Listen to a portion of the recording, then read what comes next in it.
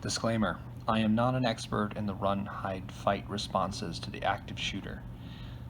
I am just passing on what I've learned from asking first responders questions. The goal of this video is to provoke discussion and give you guys something to think about, and hopefully maybe be better prepared the next time, God forbid, something happens.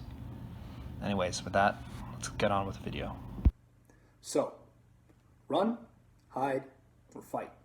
And what can Arnis do for you in an active shooter situation? To be honest, not a whole lot. Number one, run. Now it's obvious, right? Some lunatic shows up with a civilian weapon and starts shooting up the place. Your first instinct is to run. Run to safety. And I totally get it. That is absolutely the right response. Get the hell out of there, all right? But there's something you might not have considered.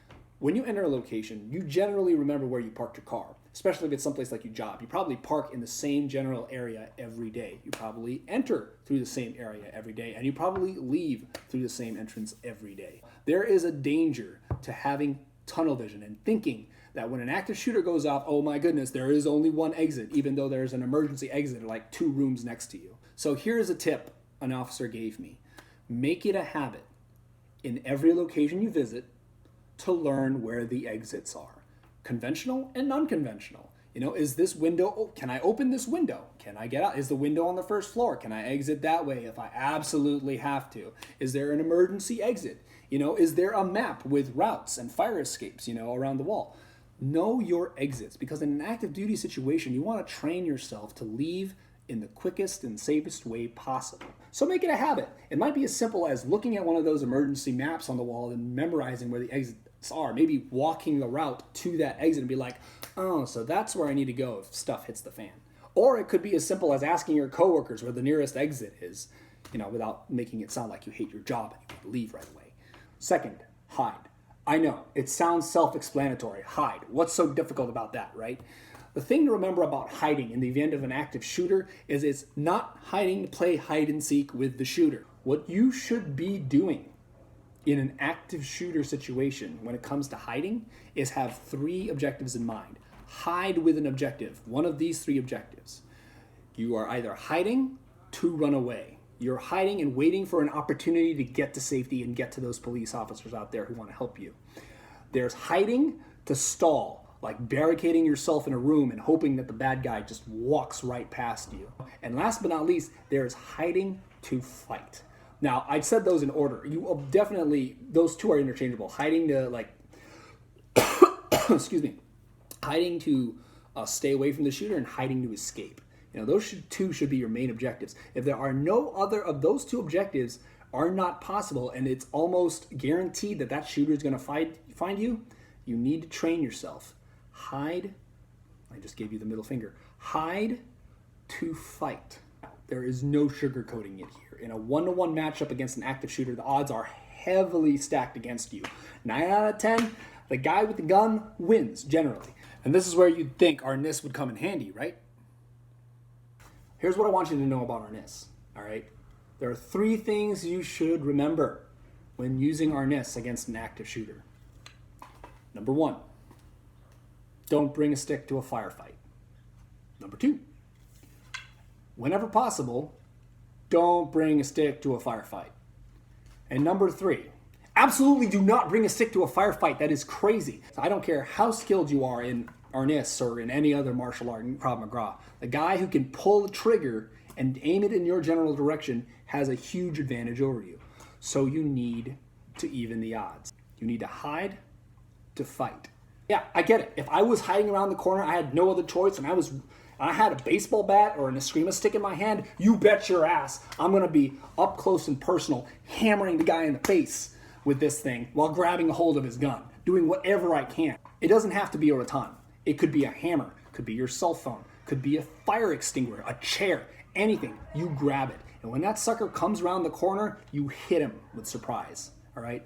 Violence of action and surprise are your best bet here. Team up with other survivors around you and take one man and just gang up on him and bring him down. You don't have to be a one-man army. You know, one guy might have a bat, the other guy might have a fire extinguisher. One guy just might be ready to tackle the guy. Do whatever it takes to end the threat. Last thing I want to bring out, and it doesn't have anything to do with Arnis at all. The officer I spoke with had a very interesting take about CCWs, concealed carry weapons, and what they can do in active shooters. And I'm not trying to start a Second Amendment debate on my first video back after 5 years, but it needs to be said. Okay, I feel it's pertinent enough and it's educational enough to know. So I want you to think about this scenario, okay? Have you ever heard of the phrase, the only thing that stops a bad guy with a gun is a good guy with a gun? All right, right. You've heard that phrase before. I know you have, especially the people in America. I know you have. All right. The officers I spoke with had opinions about that. And like I said, I'm not trying to start a whole Second Amendment debate, but here it goes. I want you to put yourself in this situation. You're a police officer, and you hear something that makes you go from 0 to 100 in 0.5 seconds.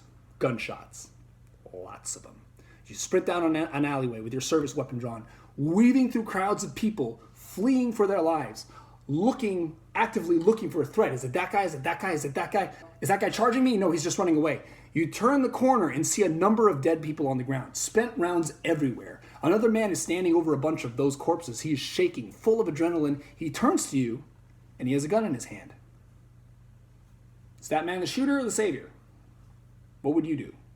You know, officers are people too. They can get tunnel vision. At the mere sight of a gun, would he open fire? What are they going to do? All they know is they see a bunch of dead bodies and a guy with a gun. Think about it. Let's say this man is the savior, all right? He's the good guy with the gun. And he follows instruction. He drops his gun, gets his hands over his head, and did whatever he could do, just following whatever. It is later discovered that in the confusion of the mass shooting, because that's what it will bring, trust me, this good guy with the gun missed his first 2 shots and hit 2 people who were fleeing in another direction by accident. He shot him by accident. He stopped the mass shooter, which is great, but he is also now liable for 2 deaths. The person that can stop a bad guy with a gun is a trained good guy with a gun, meaning that if you decide to exercise your Second Amendment rights and you purchase a firearm and you get your CCW license and you're carrying it, you better be damn sure you are proficient, not only in the martial operation of your weapon, but in the legal risks and responsibilities of carrying one, which, by the way, they give in the CCW courses, and hopefully they're paying attention. Oh, what the hell did I just do? I just opened a can of worms, didn't I? My first video back, and I'm already getting demonetized. Well, hopefully I left you guys with something worthwhile. Please let me know in the comments. Also, I'd appreciate any ideas for future videos. I'm going to be releasing another video here with a more detailed introduction about who I am, if I haven't released it already. A more detailed introduction of who I am, you know, what my passions are. And I'm going to go ahead and give this YouTube thing a shot. Please let me know in the comments if you enjoyed it, what I did better, what I could do, you know, what I did right, what I did wrong. You know, help me grow here. I'm asking you. I have a lot of interests. I want to try a lot of things. I know variety channels don't do very well on YouTube, but honestly, I've just discovered that I want to do this, you know, as a part-time gig. And who knows, maybe something good will come of it. I might succeed, I might fail. I won't know until I try. You know, this is an adventure for me. So subscribe and hit that like and notification bell to come along for the ride, you know. So remember, you know, no risk, no reward, no guts, no glory, and no shame, no pain. Peace.